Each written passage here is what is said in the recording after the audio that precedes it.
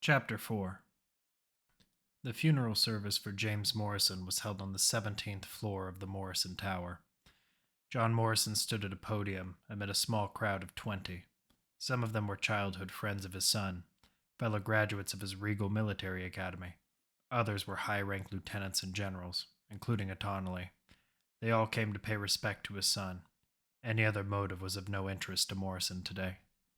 Many of you would stand here and speak of my son as you would any of your own. You could call him brave, tenacious, headstrong, perhaps. These words are a disservice to what kind of man he was and what he stood for. James Morrison was a man of action. His life didn't need to be described, nor his attitude, nor his motives. He lived moment to moment. Let the descriptions lie with him, and his actions define him. We will now observe a moment of silence. The elder Morrison looked down at the closed coffin. He knew this was the end of his son's effect on his life. He looked back at the patrons around him. Many of them looked morose or scared, perhaps at what John might do next.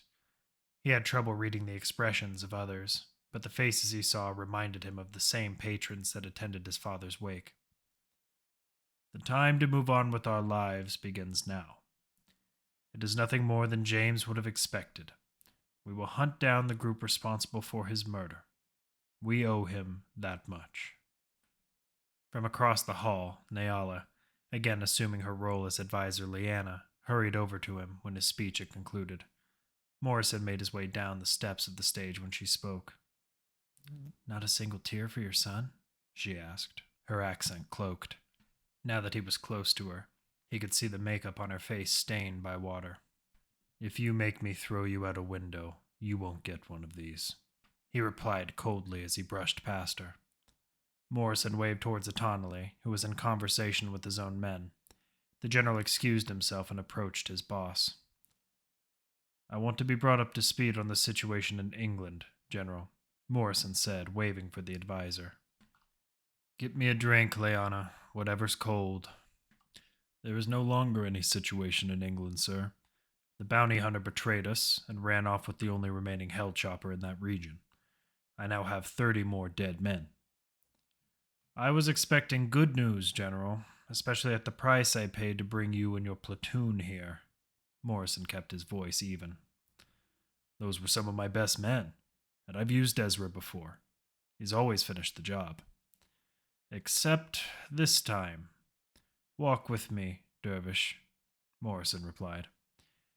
John Morrison moved over towards a window and watched his city, Tonley at his side. They stood there in silence for a few moments. The general noted that his paymaster was not looking at the horizon as usual, but the depths of his city, the places the man was trying so hard to clean up. "Before you arrived here, Dervish, I had a conversation with the man. I told that man that the problems plaguing my city wouldn't have to be his problems anymore. But now it seems I was wrong, because that man is now dead." His reflexes caught the general off guard. Morrison reached into his jacket and pulled out a silver pistol and fired several shots into the window. "I don't like making mistakes about matters of life and death, General, but at least I can correct them." John Morrison fired a hip shot into the general's knee, sending the man hands first into the shattered glass on the floor. The man threw several hard kicks into a Tonley's chest until he was on the edge of the building. "Dismissed, General." Morrison threw a final, swift kick to a Tonley's head and watched the man fall from the building.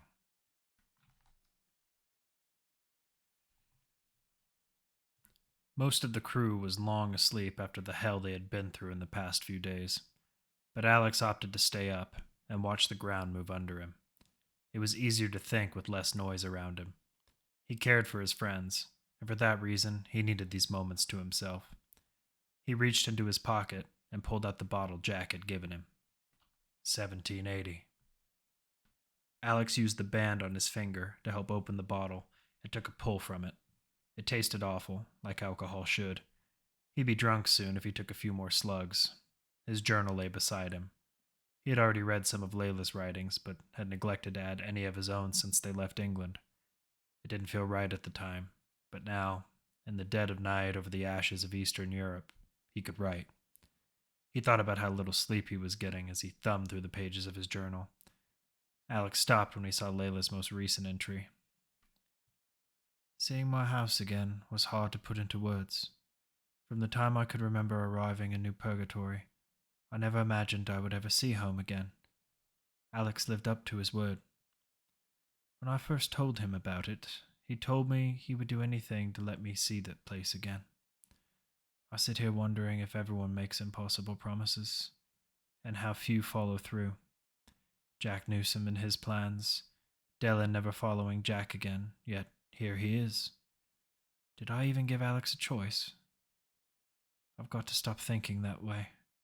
He didn't have to make the stop that put our lives at risk, but he did. Now I can put old memories to rest and focus on us and what we need to do. Alex turned to a clean page and began. I'm going to miss the clouds. Layla would tell me stories about the rain sheeting down over London. It's nice to know that the old war didn't change everything about the world, but the rain in London and the brutal winters I've endured in New Purgatory are nothing compared to Russia.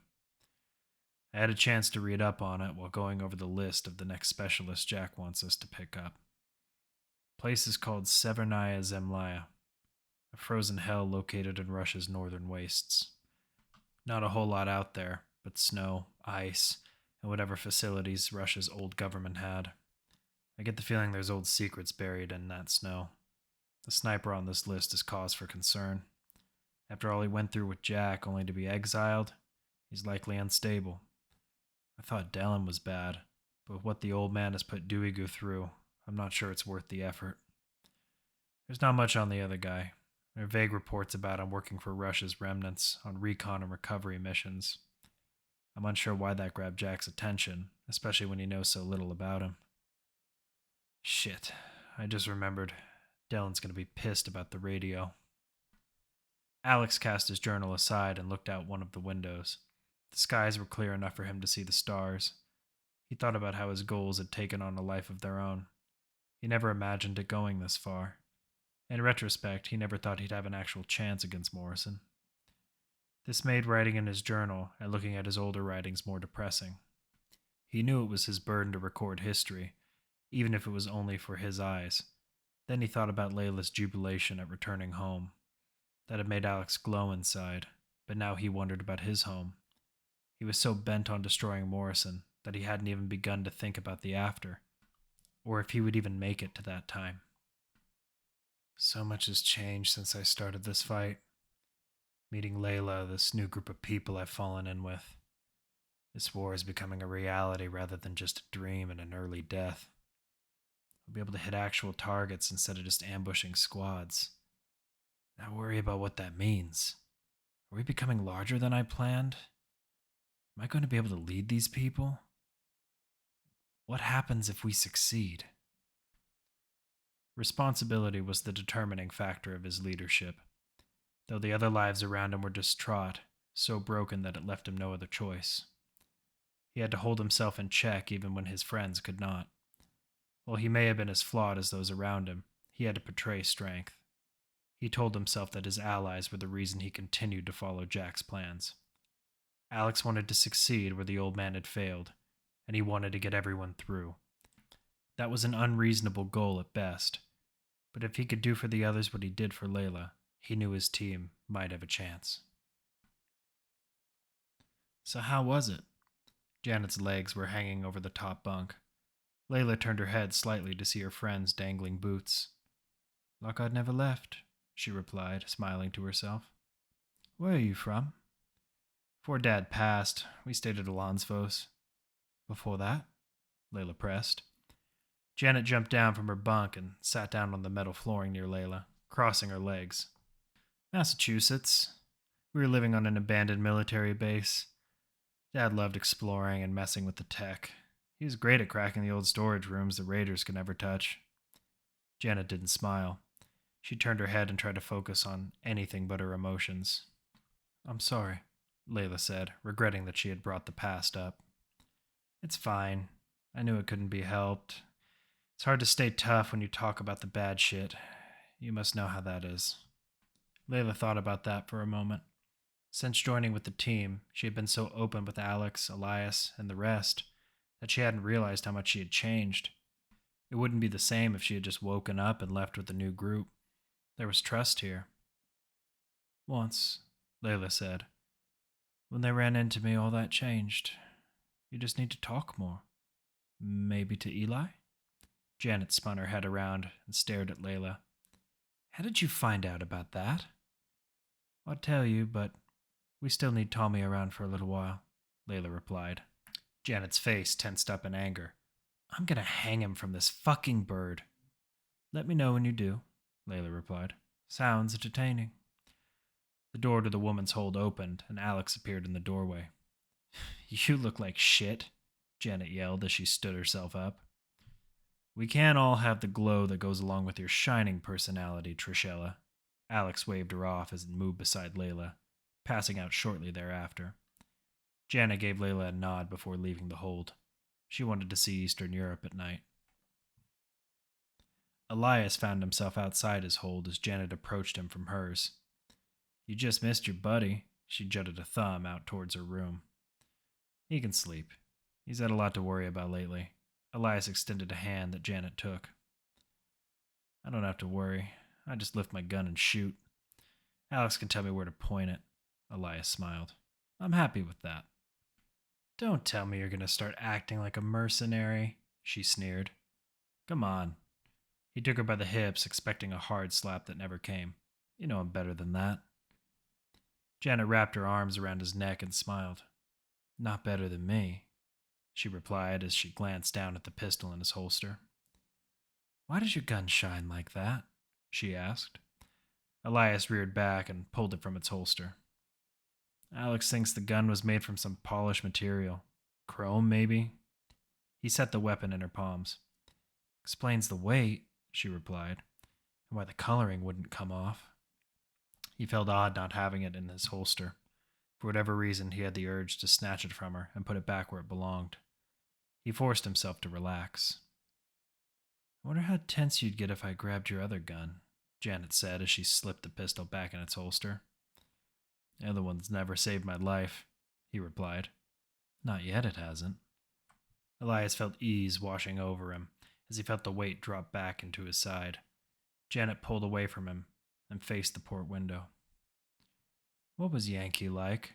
She asked, never pulling her gaze from the falling moon. Elias took in the light illuminating off Janet's face. It made her eye glimmer like jade. Why had she asked him a question so hurtful? When the people there realized they'd fallen into a trap, they began rioting. He moved beside her and shared the view. There was a weapons screening, but they didn't get everybody. When some of the soldiers started taking losses, they decided to ditch their kill zone in the stadium seats. Janet crossed her arms and turned back towards Elias. The rest is common knowledge. The Marines started a fire and didn't stay to smell the smoke. Elias exhaled and shook his head. You have a cigarette? A real one? Janet shook her head. Bad for me anyway, he smiled. One day you'll have to tell me how you made it out, she replied, wrapping around one of his arms. But not tonight, tough guy. I don't want you to cry.